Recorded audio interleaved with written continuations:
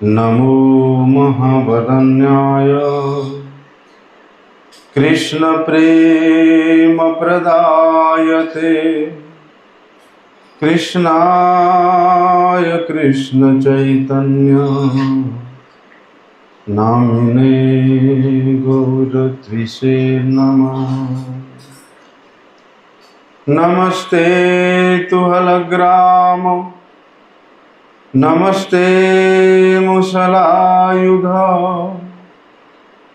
नमस्ते रेवतीकांत नमस्ते भक्तवत्सल नमस्ते बलिनाम श्रेष्ठ नमस्ते धरणीधर प्रलंबार नमस्ते तु त्राहि मां कृष्ण पूर्वज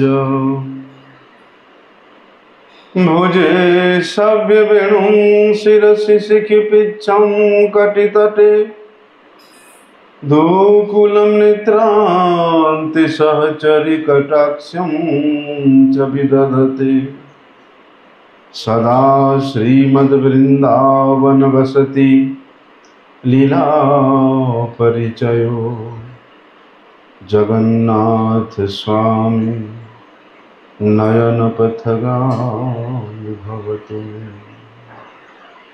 हे कृष्ण करुणा सिंधु दीनबंधु जगतपते गोपेश गोपिकाकांत राधाकांत नमस्ते।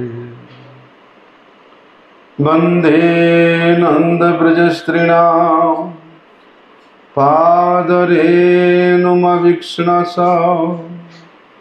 यासां हरिर्कथोद्गीतं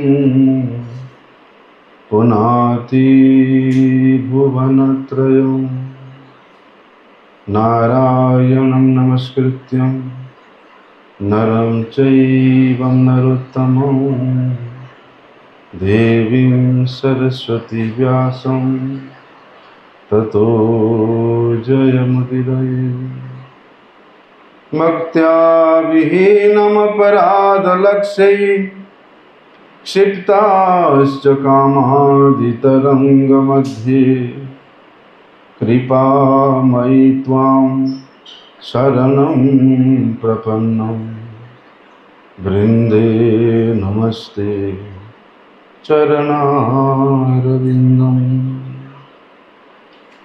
पतितपावन परम करुणामय परम आराध्यतम श्री गुरुपाद पद्म नित्य लीला प्रविष्ट विष्णुपाद परमहंस शिल भक्ति वल्लभ तीर्थ गोस्वामी गुरु महाराज जी के श्री अभय चरण कमल में साष्टांग दंडवत प्रणाम करते हुए उनकी अहेतु की कृपा प्रार्थना। परम आराध्यतम शिक्षा गुरुपाद पद्म नित्य लीला प्रविष्ट विष्णुपाद परमहंस शिल भक्ति विज्ञान भारती गोस्वामी महाराज के श्रीपाद पद्म में साष्टांग दंडवत प्रणाम करते हुए उनकी अहेतु की कृपा प्रार्थना।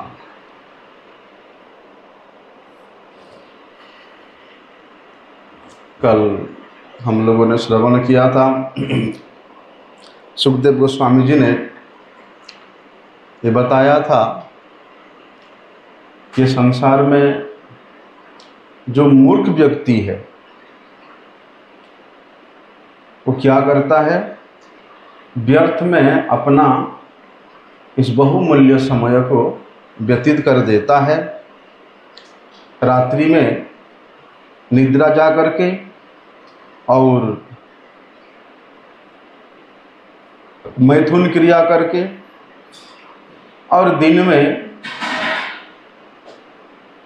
पैसे कमाना और कुटुंबियों का भरण पोषण करना, इस प्रकार के कार्य में वो मूर्ख व्यक्ति अपना संपूर्ण बहुमूल्य समय को यूं ही व्यतीत कर देता है। वे जानता है कि जिनके लिए उसने इतना कुछ परिश्रम कर रहा है, गधे के मापी, कोई रहने वाला नहीं है।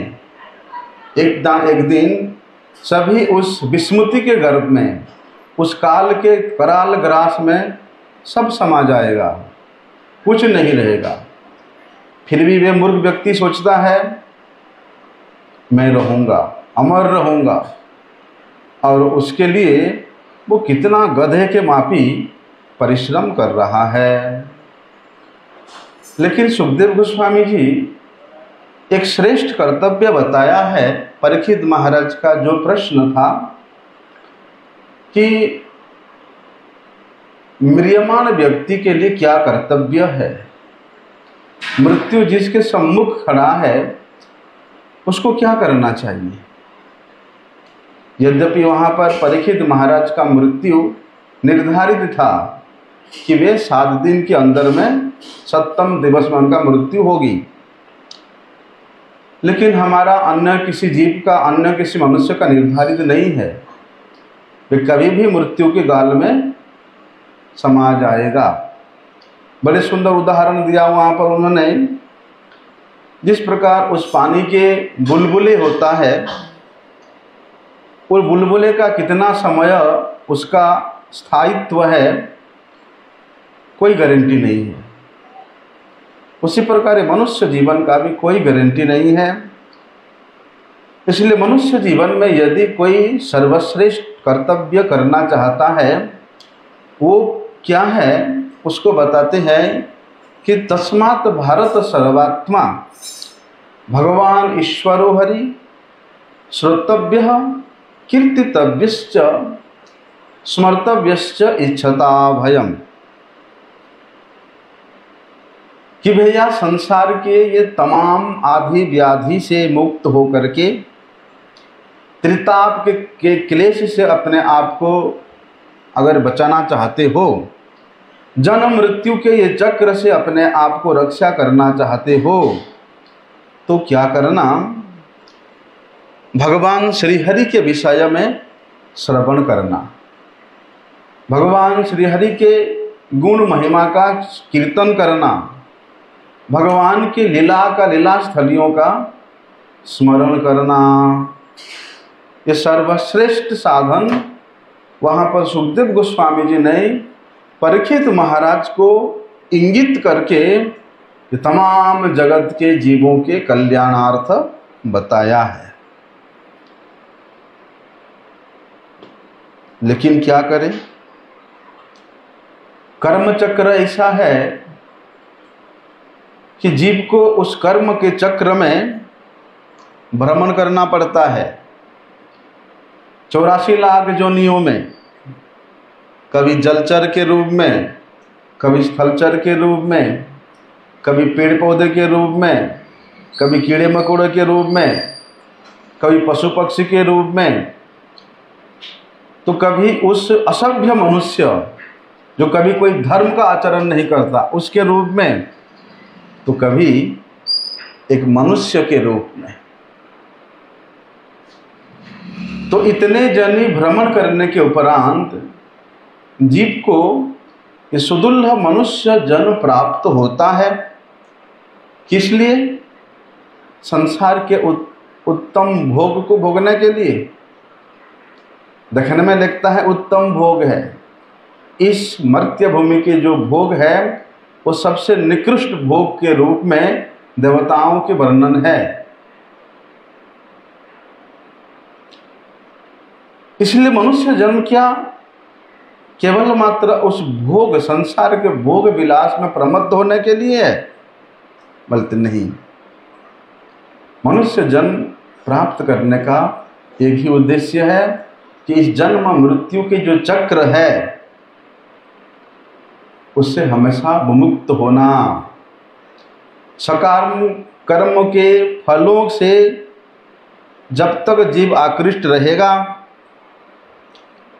कि मैं अपने लिए ही अच्छा या बुरा कर्म करूँगा, अथवा सकाम कर्म के फल के प्रति जिसका अत्यंत आसक्ति रहेगा, बोलते वो व्यक्ति कभी भी इस जन्म मृत्यु के चक्र से नहीं छुटकारा प्राप्त कर सकता है। इसलिए जन्म मृत्यु रूपी चक्र को कली के सबसे अधिक विषाक्त चक्र के रूप में, घनघोर दुखमय चक्र के रूप में वर्णन किया गया हुआ है। लेकिन जब तक संसार के कर्मी बन के रहोगे,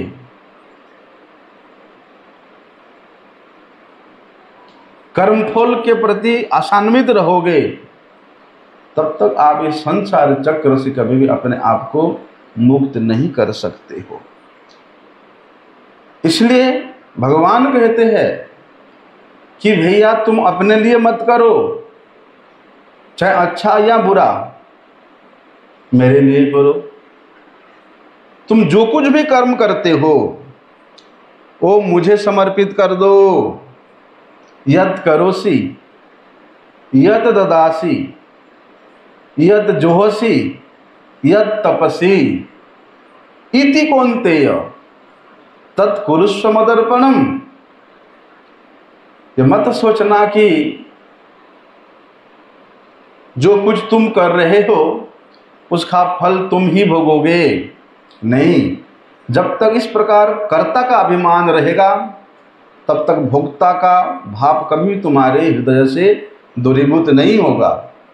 और जब तक भोक्ता बन के रहोगे तब तक कभी भी आप भगवान का दास के रूप में अपना आपको परिचय नहीं दे सकते हो, क्योंकि परम भोक्ता तो एकमात्र भगवान श्री हरि है, श्री कृष्ण है। इसलिए उनके निमित्त ही सब कुछ करो।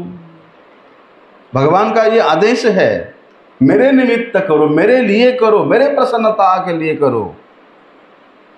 और जिस दिन सर्वात्म रूप से शरीर के द्वारा, मन के द्वारा और वाणी के द्वारा केवल मेरे सुखार्थ, मेरे आनंदार्थ तुम करोगे, उस दिन मैं तुमको अपना लूंगा। लेकिन अपने स्वार्थ के लिए यदि तुम्हारा लेश मात्र भी आसक्ति रहेगा, तब फिर वहां मेरा कृपा वर्षण नहीं हो सकता है। अपने बल के प्रति, अपने वीर्य के प्रति, अपने ऐश्वर्य के प्रति, अपने विद्या के प्रति, अपने पांडित्य के प्रति थोड़ा सा भी यदि तुम्हारा सहारा रहेगा तो वहां भगवान उसको बचाने नहीं आते। कई उदाहरण है ऐसे। गजेंद्र ने बड़े घमंड था अपने बल पे, 1000 वर्ष तक युद्ध किया उस कुंभीर से, उस मगरमच्छ से, क्योंकि उसका अभिमान था कि मेरे पास 10,000 हाथियों का बल मेरे में है, और ये छोटा सा जलचर प्राणी कुंभीर वो मेरा क्या बिगाड़ सकता है। लेकिन जब तक उसका अभिमान चूर्ण विचूर्ण नहीं होगा तब तक भगवान के शरण में नहीं गया। जब तक अभिमान रहता है व्यक्ति भगवत शरण में जाने के लिए हिचकिचाता है।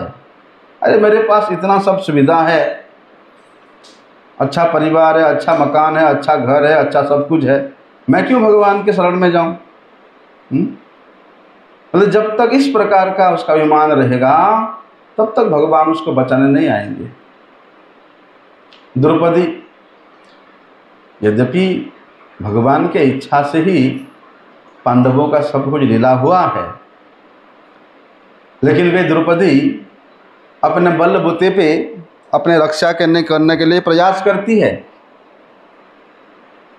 लेकिन जब तक परिपूर्ण रूप से भगवत पाद पद्म शरणागत नहीं हो जाती है, द्रौपदी जैसे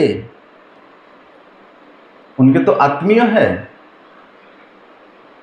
भगवान कृष्ण के बुआ के बहू है, अपने भाइयों के पत्नी है, और तो और भगवान श्री कृष्ण ने द्रौपदी को अपने बहन के रूप में स्वीकार किया है। तो वे भगवान के इतना नजदीक है, भगवान से इतना घनिष्ठ है संबंध में, फिर भी वे द्रौपदी जब परिपूर्ण रूप से शरणागत नहीं हुआ तब भगवान उसके रक्षा करने नहीं आए। और हम किस खेत की मूली हैं, 2-4 करोड़ रख करके सोचते हैं कि हम इसी से हमारा उद्धार कर लेंगे, पैसे है तो किसी दान दे करके हम अपना कल्याण कर लेंगे। नहीं, संभव ही नहीं है। इसलिए भगवान का ये आदेश है कि भैया तुम जो कुछ भी करो मेरे निमित्त करो, मेरे को समर्पण कर दो। मेरा इच्छा है मैं तुमको किस प्रकार का फल दूंगा। लेकिन देखो, भक्त भी कोई कम नहीं है। चलो ठाकुर जी आपने बोला, आपको समर्पित कर दिया, भगवान बोलते हैं इसके बदले में ले ले, मुक्ति ले ले। एक एक नहीं 6 मुक्ति दे रहा हूं, ले लो। सालोक्य साष्टे सामीप्य सारूपैकत्व अप्युत दीयमानम न गृह्णन्ति। भक्त भी कम की नहीं है, नहीं प्रभु मुझे नहीं चाहिए मुक्ति। भगवान बोलते फिर तुमने मुझे समर्पण कर दिया सब कुछ, उसका क्या होगा, लेना तो पड़ेगा। भगवान बोलते मैं दे रहा हूं, ले लो। लेकिन भक्त बोलता है नहीं प्रभु नहीं चाहिए मुक्ति। बिना मत सेवनम जना, अब तो आपके पाद पद्म में ही सारा जीवन रह करके आपके चरणों की धूल बन करके आपका सेवा करूंगा। आप बताओ मुक्ति की क्या जरूरत है। ऐसा इसलिए वहां सुखदेव गोस्वामी क्या बताते हैं कि सबसे पहले भगवान के यश को श्रवण करना चाहिए। जो नवधा भक्ति प्रहलाद महाराज जी ने वर्णन किया है उसमें सबसे पहले श्रवणम है। श्रवणम कीर्तनम विष्णु स्मरणम पाद सेवनम। तो यहाँ सुखदेव गोस्वामी जी भी ठीक इस बात को बता रहे हैं कि श्रोतव्य कीर्तितव्यश्च स्मर्तव्यश्च, मतलब सबसे पहले श्रवण करना चाहिए। क्या श्रवण करना चाहिए? भगवान के यश को, भगवान के गुण महिमा को, भगवान के लीला के महिमा को, भगवान के नाम के महिमा को, भगवान के धाम के महिमा को। यदि कोई व्यक्ति कोई साधन ना करे, निष्कपट रूप से अत्यंत सश्रद्ध होकर के केवल मात्र भगवान की कथा को श्रवण करता रहे, उसी से ही उसका कल्याण हो जाएगा। क्योंकि जब तक हम लोग श्रवण नहीं करेंगे तब तक कीर्तन करने का योग्यता प्राप्त नहीं होता है। श्रवण करते करते ही वे श्रवण का जो विषय है, जो वस्तु है, वो हमको कीर्तन करने का अधिकार प्रदान करते हैं। ना जी ना, हम किसी ग्रंथ पढ़ करके, संस्कृत पढ़ करके हम कीर्तन कर लेंगे, हम कथा कर लेंगे, नहीं। जब तक आप सुखदेव गोस्वामी जैसे परम रसिक महान संतों के मुख से श्रवण नहीं करोगे तब तक आपको कीर्तन करने का सौभाग्य प्राप्त नहीं होगा। और बोलते ये श्रवण करना ही सबसे श्रेष्ठ सेवा है। भगवान के जितना सेवा है उनमें से सबसे श्रेष्ठ सेवा है भगवान के गुण महिमा का श्रवण करना। श्रवण के द्वारा ही हमारे इंद्रियां भगवान की ओर उन्मुख होती है। गुरु जी भी बार बार कहते हैं कि सेवन मुखे ही जिह्वादो स्वयमेव स्फुरत्यद, कि भैया ये श्रवणेन्द्रिय से जब बार बार 1000 बार भगवान की कथा को हम लोग श्रवण करेंगे वो हमारी चित्त वृत्ति में बैठ जाएगा। और हमारी इंद्रियों में से जो प्रमुख इंद्रिया है जीवा, इंद्रियों में से प्रमुख इंद्रिया है हमारा जीवा, बोलते वे जीवा भगवत कथा के प्रति उन्मुख होकर के वो फिर भगवान के कीर्तन करने के अधिकार प्राप्त करता है। इसलिए श्रवण करना विशेष आवश्यक है।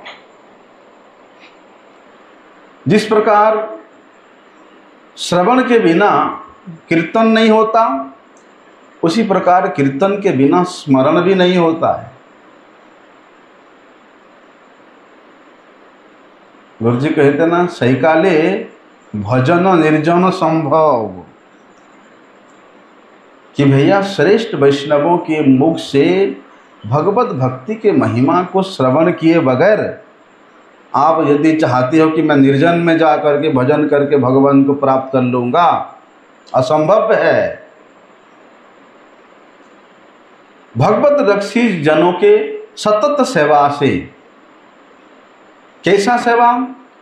क्योंकि रसिक जनों के सतत सेवा होता है, उनके मुख से भगवत कथा श्रवण करना, वो सबसे बड़ा सेवा है, मुख्य सेवा है। गौण सेवा तो है उनके शरीर के लिए सेवा करना, उनके लिए व्यवस्था कर देना, वो गौण सेवा है। मुख्य सेवा है रसिक संत जनों के पास में जाकर के उनसे भगवत कथा श्रवण करना। वे श्रवण के द्वारा ही उस संत के प्रति हमारा श्रद्धा होता है। वही श्रद्धा के साथ जब हम उनका थोड़ा सा भी सेवा करते हैं, वो हमको फिर वो दिव्य ज्ञान प्रदान कर देते हैं, वो संबंध ज्ञान प्रदान कर देते हैं। और वही संबंध ज्ञान होते ही फिर जीव के हृदय में आशु वैराग्य, संसार के प्रति वैराग्य उत्पन्न हो जाता है। ये हमारे वैदिक साहित्य का ये सिस्टम है। इसलिए भगवान के कथा, भगवान के नाम, भगवान के धाम, ये भगवान से अभिन्न है। जिस दिन अभिन्नता अनुभव हो जाएगा कि जो भगवान है उनके कथा भी स्वयं भगवान ही है। अभिन्नत्वात् नाम नामिनो, जो भगवान का नाम है वो साक्षात भगवान है। बोलते जिस दिन इस प्रकार का हमारा अनुभूति हो जाएगा, उसी दिन वास्तव में मनुष्य भगवत सान्निध्य प्राप्त करने की योग्यता प्राप्त कर लेता है। उसी से ही उसको सभी प्रकार की मुक्ति मिल जाती है।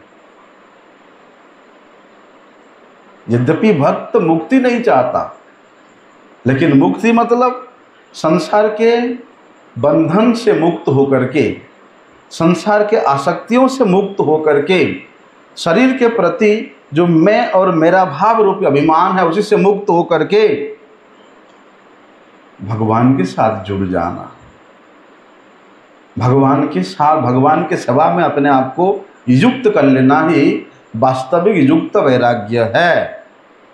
वो सर्वश्रेष्ठ वैराग्य है। और जब इस प्रकार उसके स्वभाव हो जाता है, उसको फिर भैया सब जीवों के हृदय में भगवान का दर्शन होता है। वास्तव में भगवान परमात्मा के रूप में प्रत्येक जीव के हृदय में विराजमान है। हम लोग नहीं देखते हैं। जिस दिन प्रत्येक जीवों के हृदय में परमात्मा स्वरूप भगवान का हम लोग दर्शन करेंगे, उस दिन फिर किसी के प्रति हमारा थोड़ा सा भी ना ईर्ष्या रहेगा, ना द्वेष रहेगा, ना भेदभाव रहेगा। कि सभी भगवान के दास हैं, सभी मेरे प्रभु के सेवक हैं, सभी जीव मेरे प्रभु के सेवार्थ यहाँ उनके सुख विधानार्थ के सब अपने अपने कार्य कर रहे हैं। ये एक उत्तम महाभागवत का लक्षण होता है।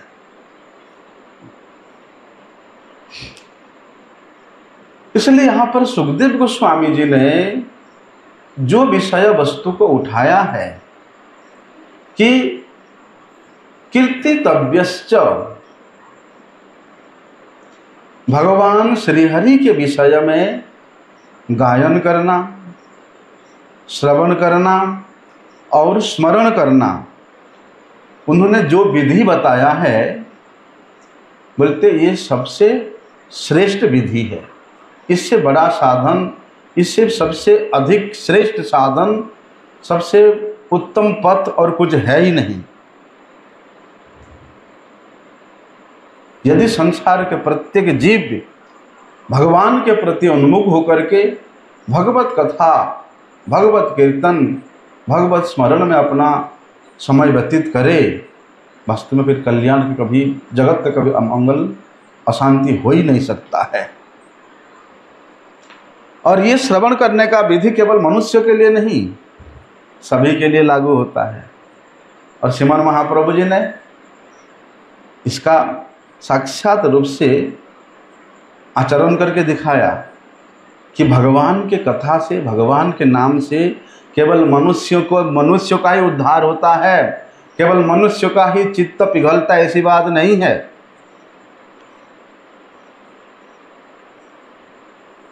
पशु पक्षी कीट पतंग, बोलते जो भी भगवत कथा श्रवण करता है सबका परम कल्याण होता है। सभी इसी के भूखे हैं। देखो, जब श्रीमन महाप्रभु जी झारखंड में पधारे थे, क्या अवस्था था।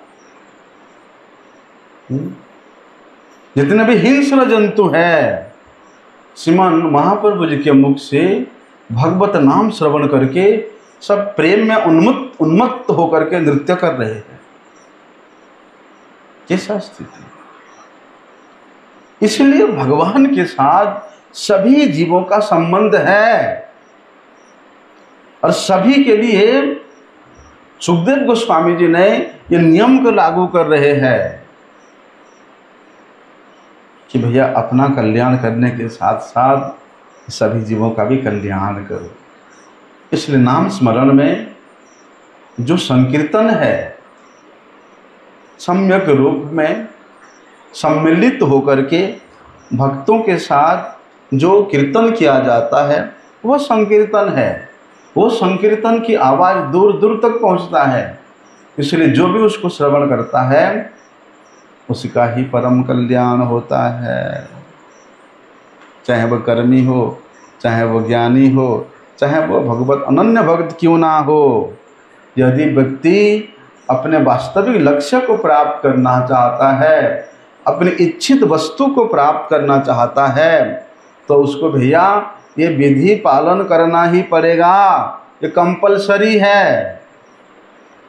देखो ना, हम लोग पहले जब मठ में आए, आज से 25-30 साल पहले, हर मठवासी के लिए ये नियम लागू था, कंपलसरी था। मंगल आरती में आना। कैसे आना?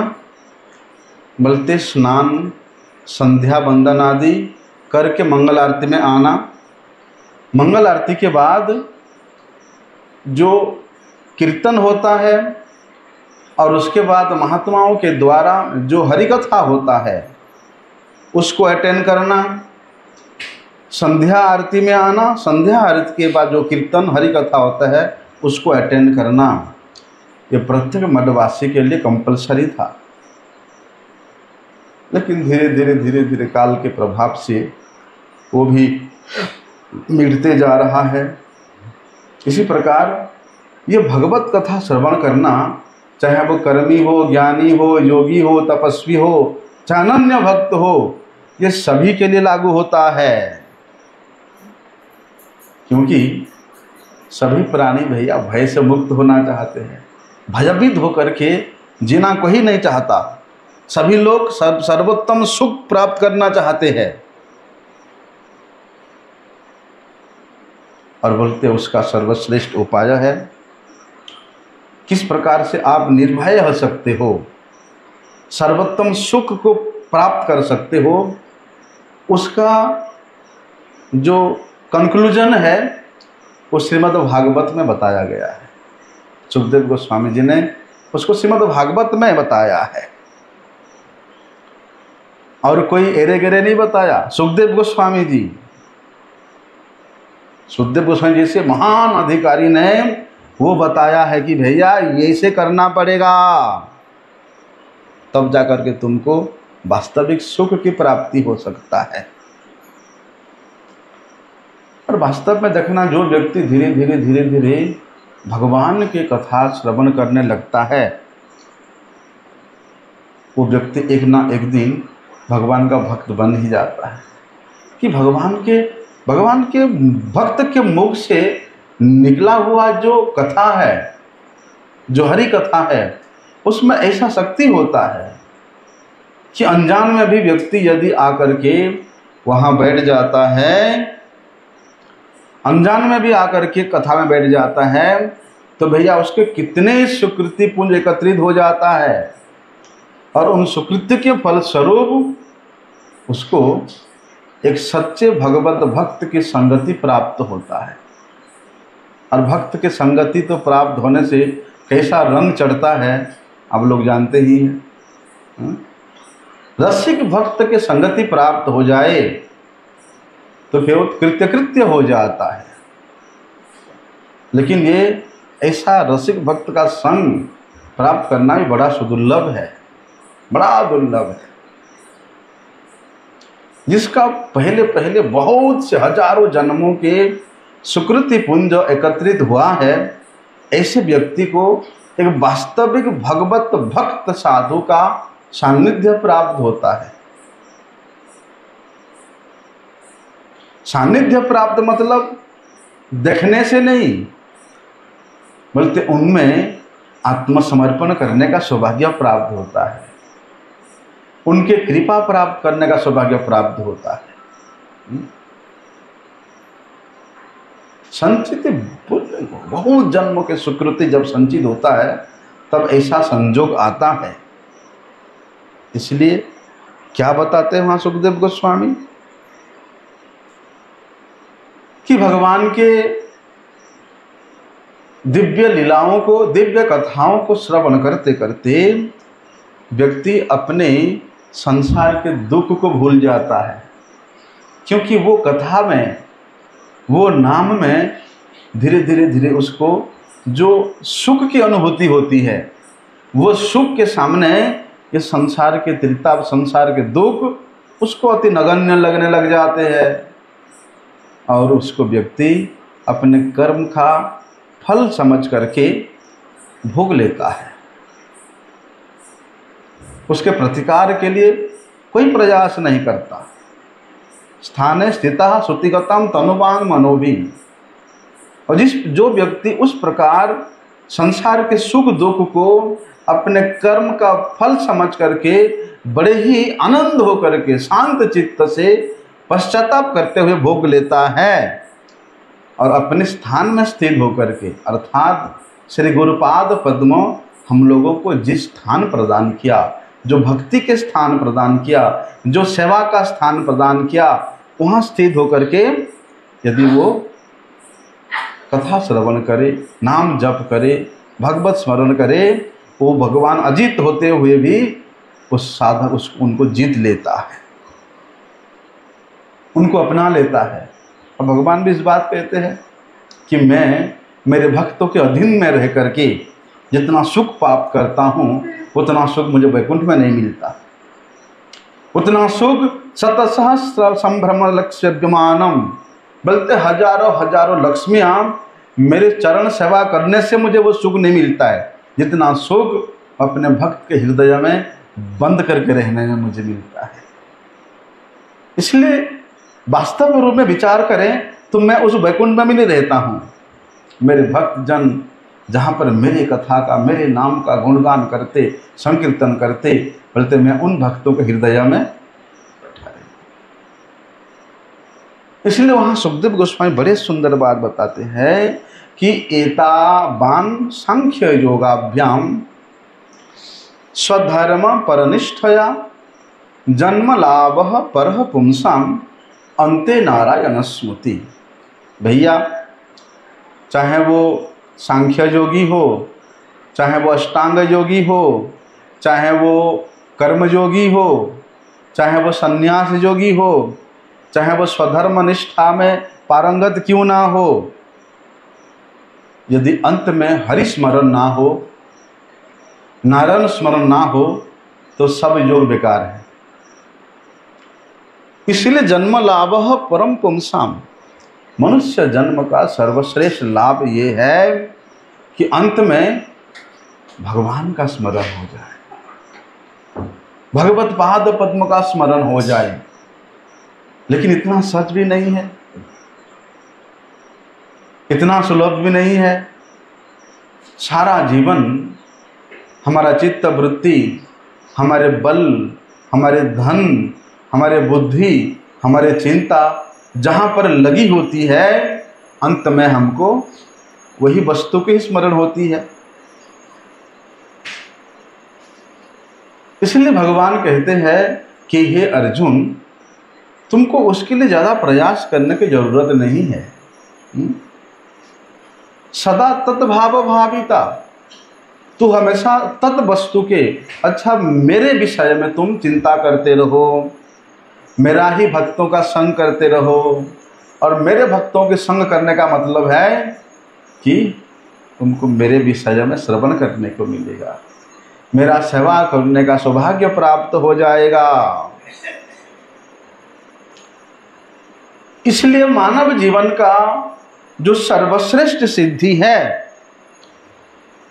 तभी प्राप्त कर सकते हैं जब जीवन के अंत में हमको भगवान का स्मरण हो जाए।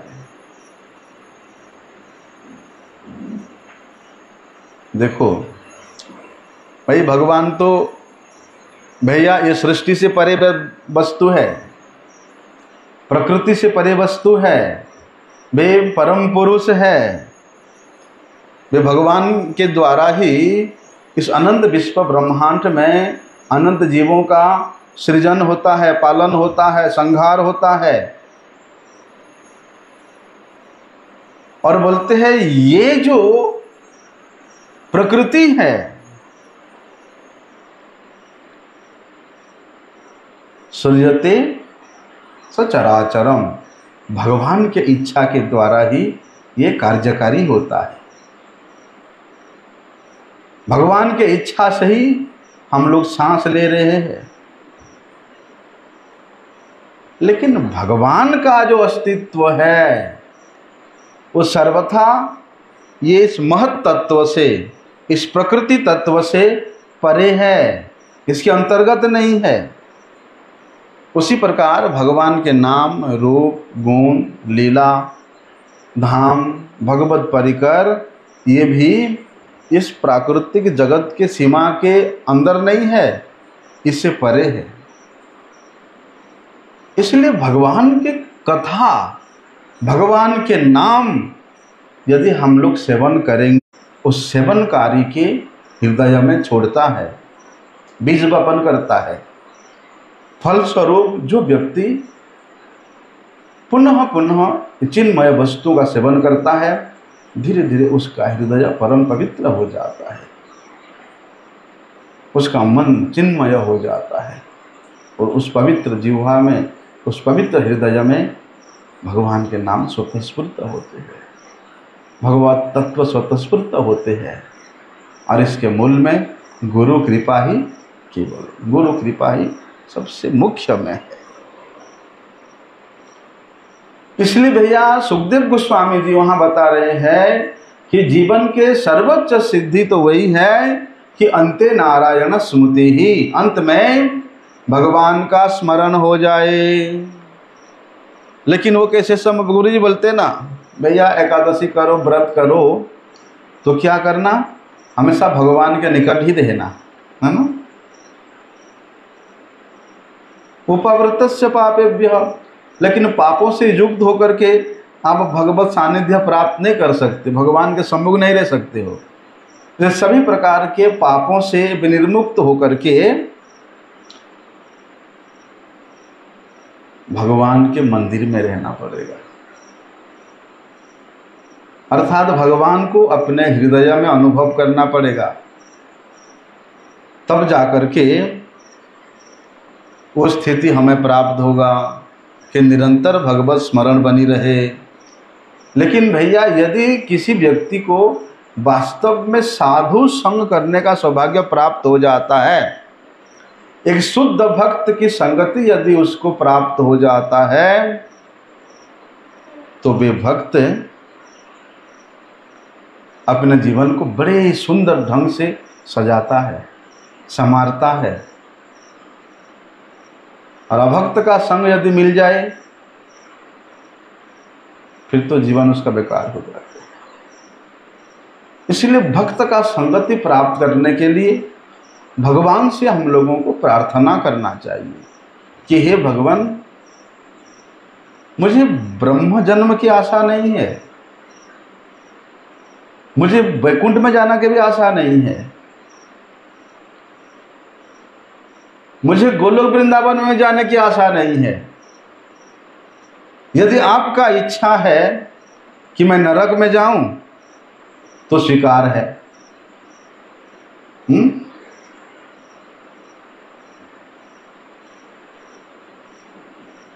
भगवान श्री रामचंद्र सभी अयोध्या वासियों को, उनके सभी परिवारों को लेकर के वो नित्य साकेत में पधारे। हनुमान जी हाथ जोड़े कहते, प्रभु मैंने क्या दोष किया था? मैंने क्या दोष किया, मुझे छोड़ के जा रहे? भगवान बोलते हैं, हनुमान मैं तो तुम्हारे हृदय में हमेशा विराजमान हूँ, और तुम जो मेरे नाम का हमेशा कीर्तन करते रहते हो, मैं तो हमेशा नाम के रूप में हमेशा तुम्हारे मुख से विनिर्गत होता रहता हूँ, और इस जगत के जनों के कल्याण के लिए मैं तुमको यहाँ रख के जा रहा हूँ, छोड़ के जा रहा हूँ। इसलिए जो व्यक्ति तुम्हारे अनुगत होकर के, तुम्हारे अनुगत में मेरी कथा सुनेगा, मेरे नाम का जप करेगा, वो अति शीघ्र मुझे प्राप्त हो जाएगा। बोलते ठीक उसी प्रकार यदि कोई भगवान के ऐसा रसिक भक्त का संग हमें प्राप्त हो जाए, तो ये जो स्मृति है, नारायण स्मृति, हरि स्मृति, वो अपने आप हमारे हृदय में हो जाएगा।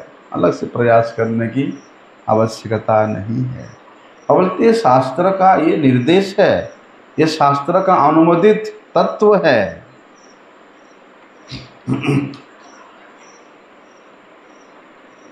पुराणों में भी हम लोग सुनते हैं, जो सनक सनंदन सनातन सनत कुमार चारों कुमार है, यहाँ नवजोगेंद्र के विषय में हम लोग श्रीमद् भागवत में श्रवण करते हैं, जिन्होंने हरि संकीर्तन के द्वारा, हरि कथा श्रवण के द्वारा, भक्ति के द्वारा उन्होंने भगवान के उस सर्वोच्च पद को प्राप्त कर लिया है, परम सिद्धि को प्राप्त किया भक्ति के द्वारा ही। इसलिए यदि भगवान का भक्त चाहे वो योगी के पद का अनुसरण करे, चाहे वो ज्ञानी के पद का अनुसरण करे, कभी भी नहीं भटकता। वे भक्ति मार्ग से कभी भी नहीं भटकता है, विचलित नहीं होता है, क्योंकि भक्ति सर्वश्रेष्ठ है, सर्वोत्कृष्ट भगवत धाम प्राप्त करने का साधन है भक्ति। वरम यदि योगी है, यदि ज्ञानी है, वे अपने सर्वोच्च सिद्धि प्राप्त करना चाहते हैं, तो उनको भी भक्त का संग करना पड़ेगा, उनको भी भगवत भक्ति करना पड़ेगा, नहीं तो उनके ज्ञान या उनके योग अधूरा रह जाएगा। इसलिए भैया प्रत्येक व्यक्ति जो साधना कर रहा है, वो सिद्धि प्राप्त करने के लिए या उस साधना के जो चरम स्थान है उसको प्राप्त करने के लिए बड़े उत्सुक रहता है। लेकिन उत्सुक रहने पर भी संकेत ये है कि यदि उसका हमेशा भगवत पाद पद्मों का स्मृति उसके चित्त वृत्ति में है, ये संकेत है सर्वोच्च सिद्धि प्राप्त करने का। उड़ते बढ़ते चलते फिरते खाते पीते सोते हैं, हमेशा उसको भगवत स्मरण होता है, तो ये संकेत है कि वो अपने जीवन के सर्वोच्च पद को, सर्वोच्च सिद्धि को प्राप्त कर लेगा। जैसे होते हैं कोई बीमारी है तो उस बीमारी का पहले पहले कोई लक्षण होता है, हैं? उन लक्षणों से पता चलता है कि उस व्यक्ति को वो बीमारी है। उसी प्रकार जो भगवत सानिध्य प्राप्त करेगा उसका कुछ लक्षण पहले दिखाई देता है कि वो चलते फिरते उठते बैठते सोते हमेशा हर से उसके मन से, उसके हृदय से भगवत स्मृति जाता नहीं है, हमेशा स्मृति बनी रहती है। इसलिए भैया ये तो उत्तम से भी परम उत्तम प्रयास है, इसके लिए हम लोगों को जारी रखना चाहिए और जीवन को उस प्रकार ढालना चाहिए कि जीवन के प्रत्येक मुहूर्त में, पग पग में हमें भगवान का स्मृति बना रहे, हमारे आगे भगवान का स्मरण धीरे धीरे बढ़ता जाए। जितना स्मरण बढ़ेगा उतना ही मिलन के लिए हमारा उत्सुकता भी बढ़ता जाएगा। और वे मिलन और विरह के मध्य में जब भी परम सुख की प्राप्त करेगा, मान लो उसको सर्वोच्च सिद्धि प्राप्त हो गया। इसलिए वहाँ सुखदेव गोस्वामी बड़े सुंदर बात कहते हैं कि प्रायेण मुनयो राजन निवृत्ताः विधिषेधतः निर्गुण्यस्था रमन्ते स्म गुणानुकथने हरेः।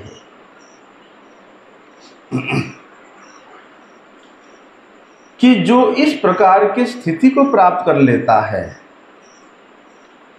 कैसा स्थिति? जिसके हृदय में भगवान हमेशा स्मरण होते हैं, फिर उसके लिए ये साधना का जो विधि विधान है कोई आवश्यकता नहीं है। वो विधि विधान रूपी जो प्रतिबंध है उससे वो ऊपर उठ जाता है और हमेशा भगवान का नाम करते करते, भगवान का गुणगान करते करते उसको एक दिव्य अनुभूति की प्राप्त होती है। वास्तव में इस प्रकार की स्थिति को प्राप्त करना ही मुक्तात्मा है, वे मुक्त जीव है जो सर्वोच्च उस पद को प्राप्त करने के लिए अत्यधिक लालायित है। उसके लिए बोलते हैं जो परमहंस अवस्था होता है, परमहंस अवस्था में फिर विशेष रूप से विधि विधान का वहाँ कोई बंधन नहीं रहता है। लेकिन भैया एक साधक के लिए विधि विधानों का पालन करना पड़ता है। स्मृति शास्त्र इतिहास में भक्ति करने के लिए जो विधि बताया है उसको यदि पालन नहीं करता है वो केवल उत्पात है। उत्पाता यही व कल्पते। विधि पालन करना उसके लिए कंपलसरी है, लेकिन जब वे मुक्तात्मा हो जाता है, परमहंस अवस्था को प्राप्त हो जाता है, उनके लिए फिर इन शास्त्र के विधि विधानों का कोई बंधन नहीं रहता है।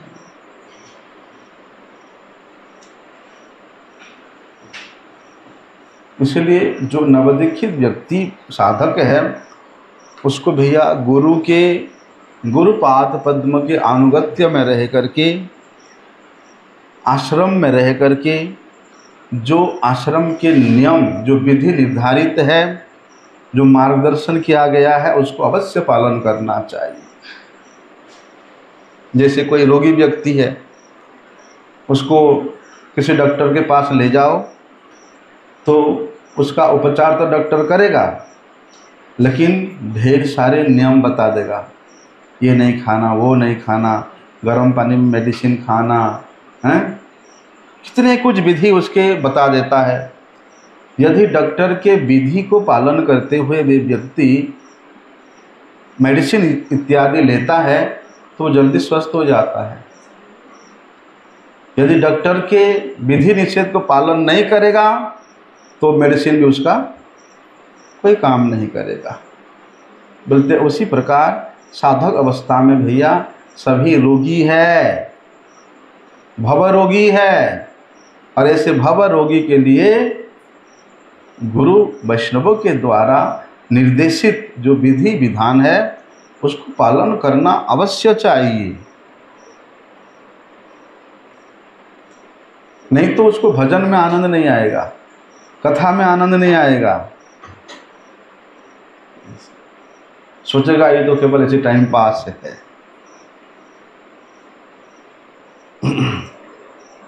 इसीलिए जिस प्रकार भगवान उसी प्रकार भगवत कथा, जिस प्रकार भगवत नाम उसी प्रकार भगवत भक्त, इसमें किसी प्रकार का कोई भेद नहीं है। यही अनुभव करना ही भगवान का विशेष कृपा है।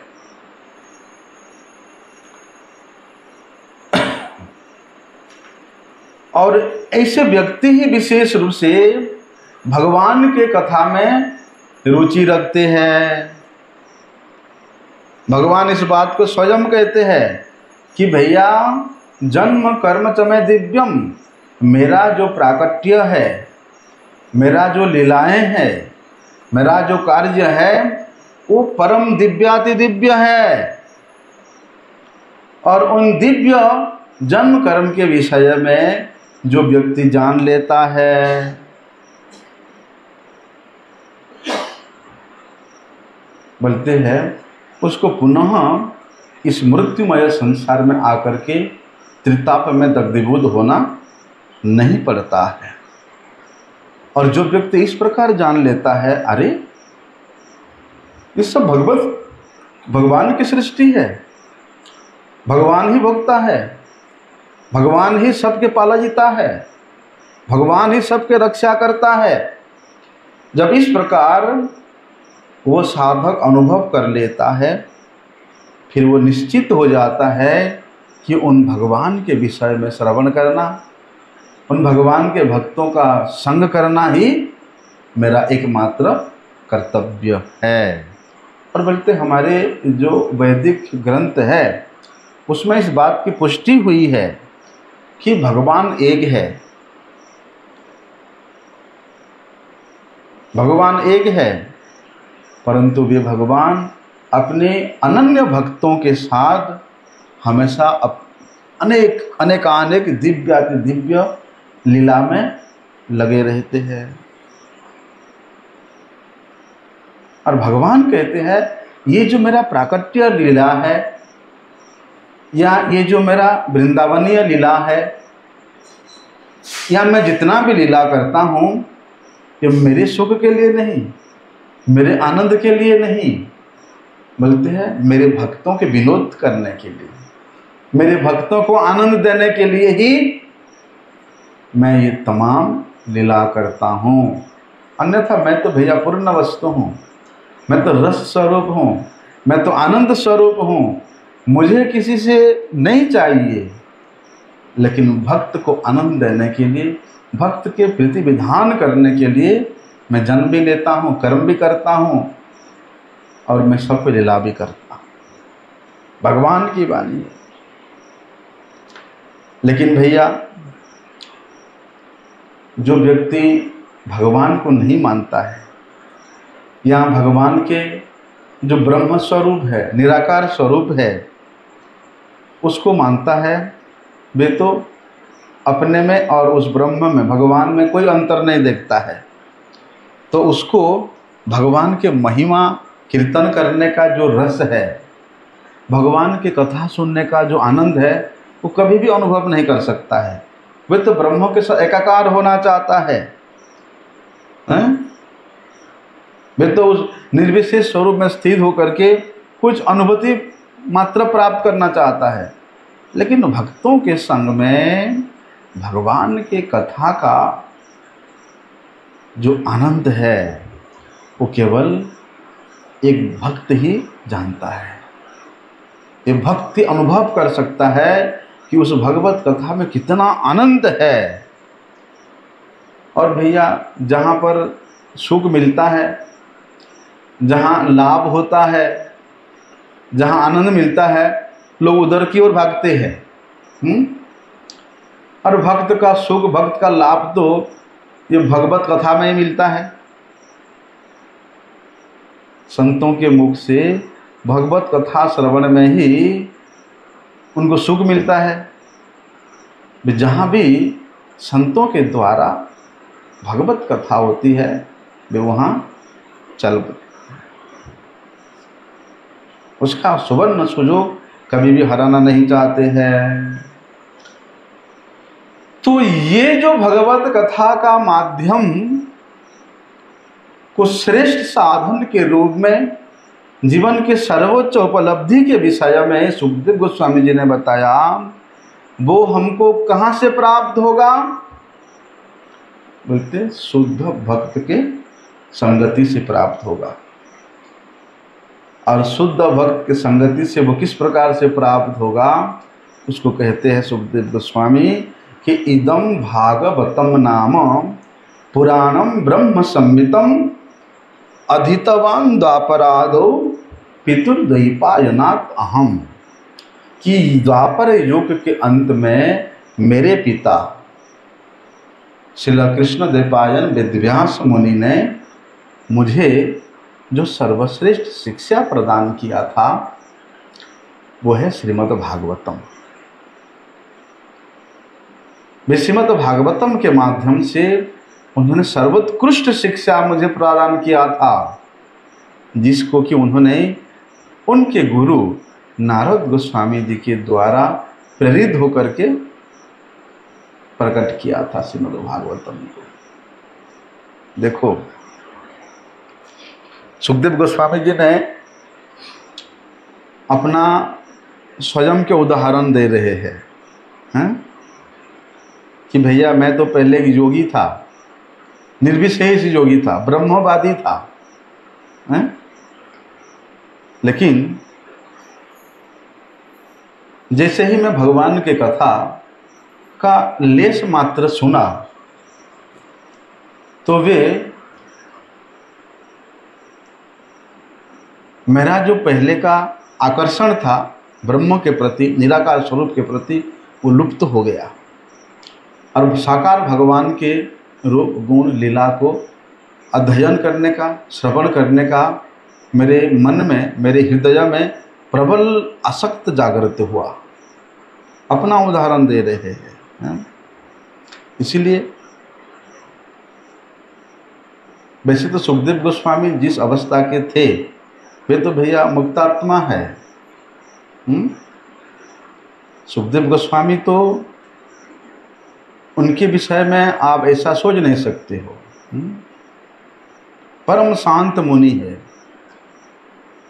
इसलिए यद्यपि सुखदेव गोस्वामी भी विधि और विधानों से परे थे, लेकिन फिर भी उन्होंने किसका आश्रय लिया? भगवान की कथा को श्रवण करने का और उसको गायन करने का आश्रय लिया। और देखो यद्यपि आध्यात्म पथ पे वे सर्वोत्कृष्ट थे, लेकिन उन्होंने परीक्षित महाराज के उस अंतिम 7 दिन उस सभा में स्वतः पधारे।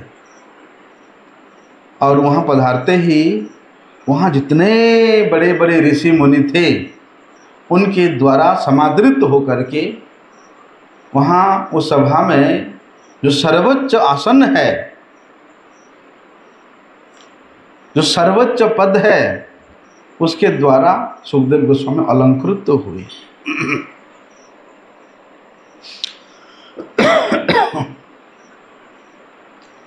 तो वे सुखदेव गोस्वामी जी वहाँ बता रहे हैं कि हे परीक्षित महाराज, मैं तुमको जो कथा श्रवण कराने जा रहा हूँ वो कथा मैंने पहले अपने पिता श्री द्वैपायन मुनि वेदव्यास जी से मैंने अध्ययन किया था। इसलिए ये श्रीमद् भागवत ऐसा ग्रंथ है भैया, ये केवल उस परंपरा के अनुक्रम में, परंपरा के अनुक्रम में इसको अनुभूति किया जा सकता है।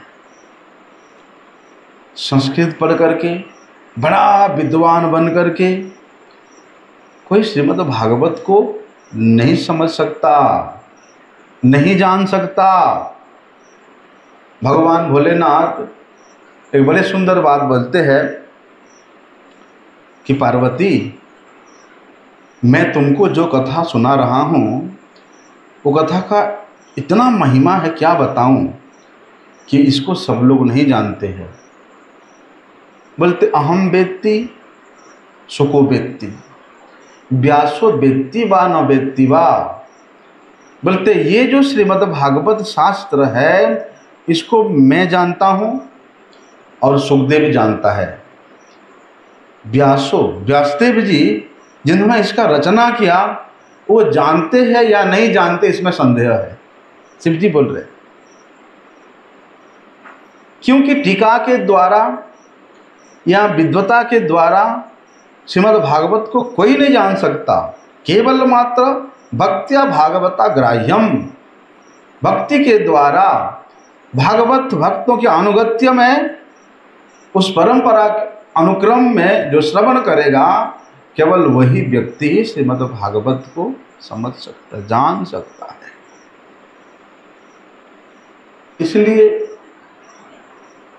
सुखदेव गोस्वामी वहाँ बता रहे हैं कि मैंने अपने पिता से क्रमानुसार श्रीमद् भागवत को अध्ययन किया है। इसलिए अपनी बुद्धि से मैं पढ़ के समझ लूँगा, नहीं हो सकता, नहीं समझ सकते।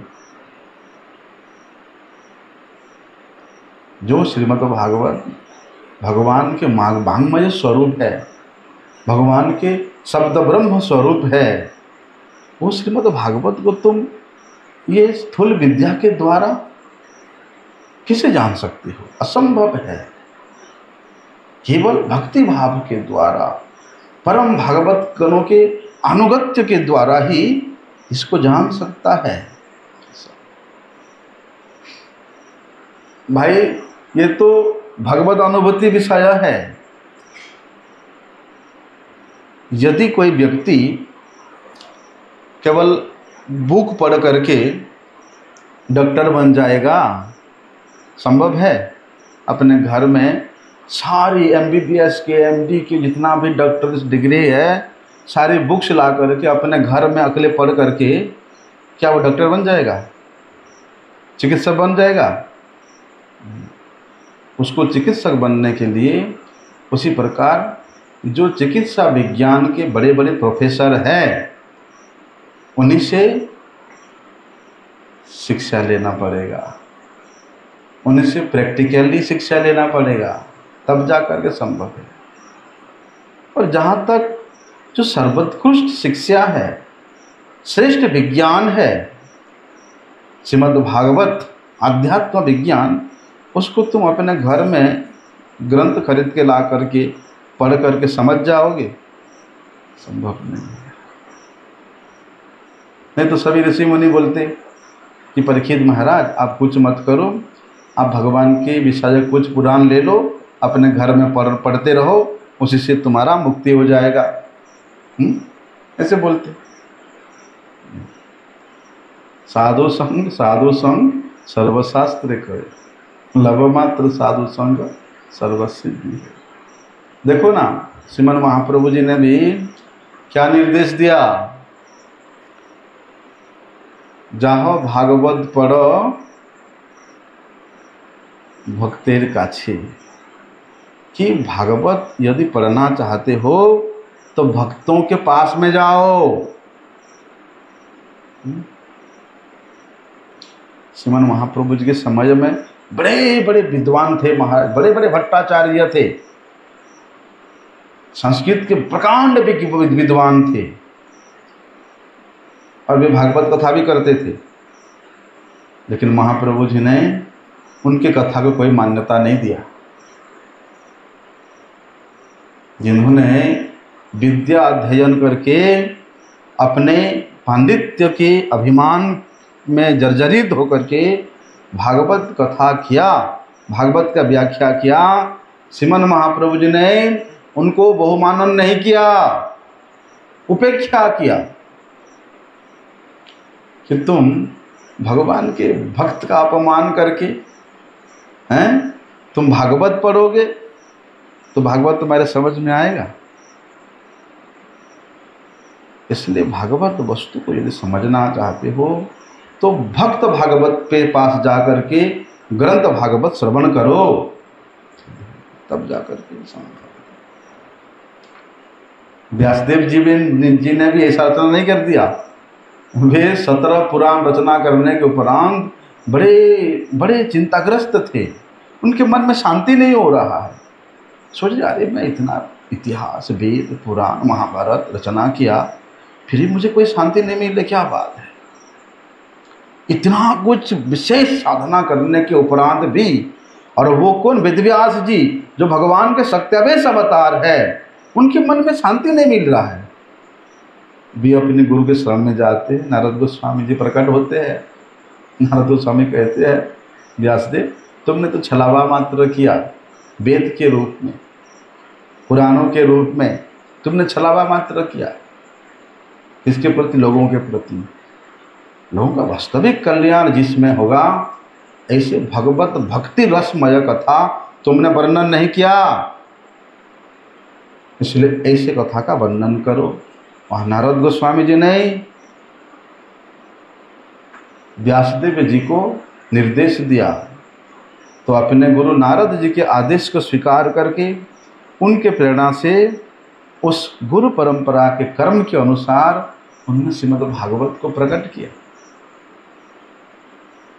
और उसी क्रम से सुखदेव गोस्वामी जी ने उसको अध्ययन करके परीक्षित महाराज को सुनाया। और उन सुखदेव गोस्वामी जी से सुध गोस्वामी जी ने श्रवण किया था। वे यहाँ आकर के वे 60,000 सोनकादि ऋषियों को वे भागवत कथा श्रवण करा रहे हैं। तो भैया ये वो गुरु परंपरा के माध्यम से ही भक्त्या भागवता ग्राह्यम, भागवत वस्तु को हम ग्रहण कर सकते, जान सकते हैं। आगे का विषय कल श्रवण करते हैं। वाञ्छाकल्पतरुभ्यश्च कृपा सिन्धुभ्यैव च पतितानां पावनेभ्यो वैष्णवेभ्यो नमो।